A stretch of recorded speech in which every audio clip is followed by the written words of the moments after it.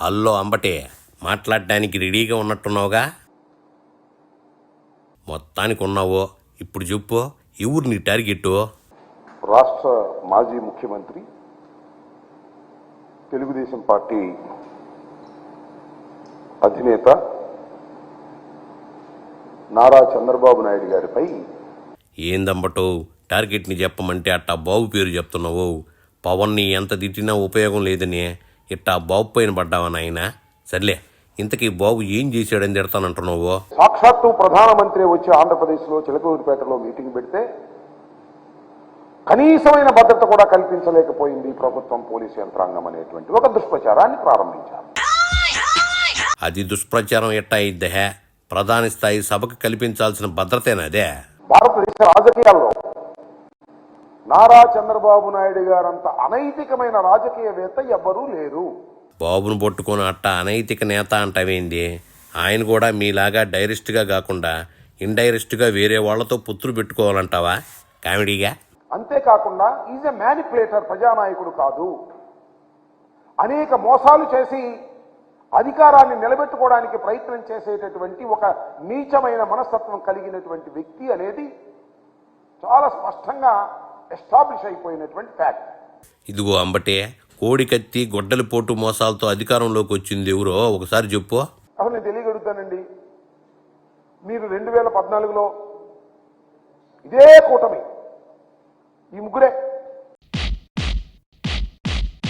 తస్సదియా అంబటే, మీరు అధికారంలోకి వచ్చాక 3 రాజధానులతో గందరగోళం చేసి వాళ్ళనంటారేందే? మోడీ గారిని మీరేమన్నారో మర్చిపోయారా?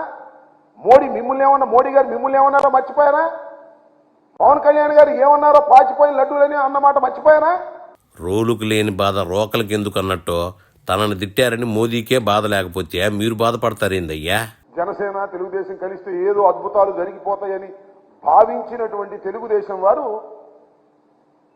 జెండా సభ జరిగిన తర్వాత అయిపోయిందిరా మన పని, ఏం జనం కూడా రాలేదు, పవన్ కళ్యాణ్ కలిసినా కూడా ఏం ఉపయోగం లేదు అనేటువంటి భావనకు వచ్చిన మాట వాస్తవమా కాదా ఒక్కసారి ఆలోచించమని మనం చేస్తున్నాం. జెండా సభకి లక్షల్లో జనాలు వస్తే నువ్వేంది ఆ సభ ఫ్లాప్ అంటున్నావు?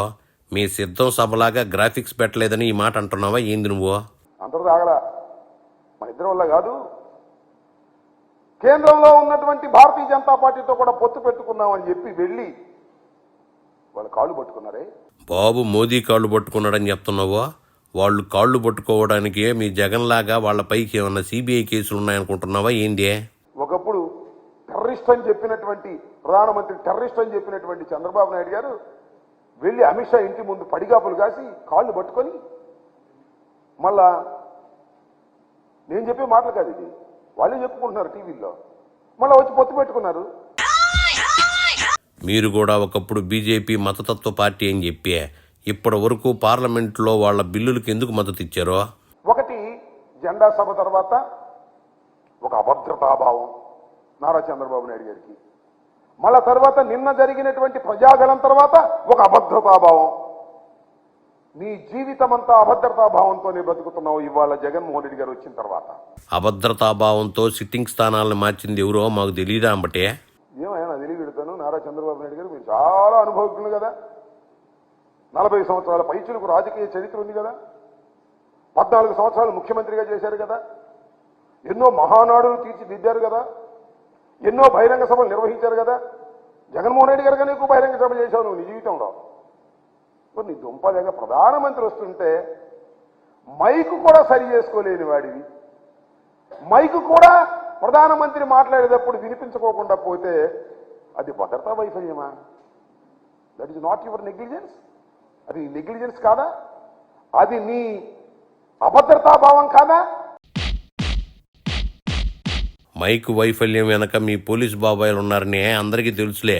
అసలు నువ్వు మాట్లాడుతున్నప్పుడు కానీ, పవన్ కళ్యాణ్ గారు మాట్లాడుతున్నప్పుడు కానీ, మోడీ గారు మాట్లాడుతున్నప్పుడు కానీ చైర్లన్నీ ఖాళీగా ఉన్నాయి. ఎందుకు ఖాళీగా ఉన్నాయి? అది కూడా ప్రభుత్వ భద్రత లోపమా? ఇది సరుకు లేకే కదా, నీ పార్టీకి సరుకు లేదు, ముగ్గురు కలిసినా సరుకు లేదు, జనం రాలేదు, చైర్లన్నీ ఖాళీగా ఉన్నాయి. ఇంత వైఫల్యం చెంది ఈ వైఫల్యాన్ని ఎవడి మీద పెడదాం? జగన్మోహన్ రెడ్డి గారి మీద నెడదామా? ప్రభుత్వం మీద నెడదామా?